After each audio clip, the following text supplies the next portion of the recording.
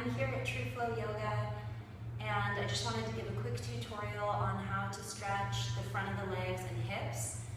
I did this series in one of my classes last week, and I had a student who normally suffers from lower back pain come up to me the next day after class and say how amazing her lower back felt the next morning after stretching out her quads and her hip flexors. And she wanted me to let her know what those stretches were again so she could practice them at home. So I figured this was a good opportunity just to do a little tutorial on these couple quick stretches that you can do at home. So you're going to want to move your mat all the way against a wall. And then if you have more sensitive knees, it's really helpful to have a folded blanket to use underneath your knee to give it some cushion. If the tops of your feet or toenails might also be a little bit sensitive, wearing thicker, cushiony sort of socks so that you don't feel the pressure of the wall might be helpful as well. So I'm going to start on my hands and knees, and then I back up close to the wall until I can get my left knee all the way up to the wall and get my left toes to point up towards the ceiling. If you have tighter legs and you find that this ends up being too much, you can always scoot your left knee a little bit more forward away from the wall. That'll give a little bit more of an angle to the leg and make it a little less intense. But if you can, the left knee comes all the way to the wall and the toes point straight up the wall.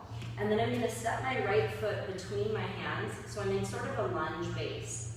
This first one is really targeting just getting into the front of the hip.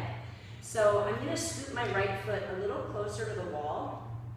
And if you can, you're going to bring your hands up onto your thigh. And then instead of leaning forward, as best you can, you're going to start to try to get your body more upright. So starting from my hips, I'm going to try to tuck my tailbone down and tip the front of my hips up away from the front of my thighs. If it's really intense, you might not be able to get all the way to upright. You might end up somewhere around here.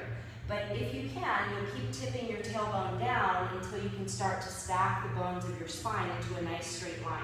You want to feel that you're not overarching into your lower back, but you're keeping your tailbone tipped down and your lower back long. If you're more flexible, you could scoot your right foot even closer to the wall so that your ankle is under your knee and start to bring your butt all the way to the wall so that your foot will be just outside your hip, just like we do when we practice Virasana.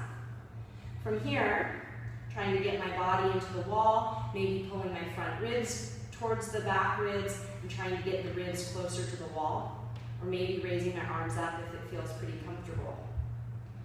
Okay, that's phase one. So phase two, my hands come back to the mat, and I'm going to scoot my right foot further forward now. And I'm going to bend my right knee deeper so that the front of my hips now are sinking down towards the mat. If it's hard to reach the floor, it's helpful to have blocks.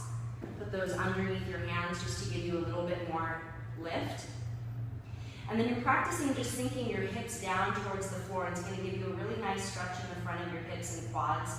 If you need a little bit more than that, you might be able to bring your hands onto your thigh. You're going to keep sinking down in your hips, or you might even be able to raise your arms up. If you're more flexible, you might even start to arc back and let your thumbs come to the wall, so you're in kind of a big arc, a big back bend. Stay a few breaths, and then when you're ready, bring your hands back down. And then the final phase, phase three, the front leg's going to come like pigeon pose. So you're going to scoot your right foot more to the left edge of your mat, and then bend your knee and place your shin and your knee all the way down, a little angle in front of you. Your hips probably won't come all the way to the floor unless you're super flexible. So keeping your hips lifted, you can use your hands as support, or you can take a block. I really like this variation, and put a block underneath your hips. And then you can stay there kind of working on walking your hands in and lifting your chest. If it's easy, maybe the arms rise up, or just like before, maybe you start to arc back, bring your thumbs towards the wall. And then once you've been there for a few breaths, you can bring your hands back down, kind of slide yourself away from the wall, pause for a moment just to feel the effects, and then you can move right into the second side.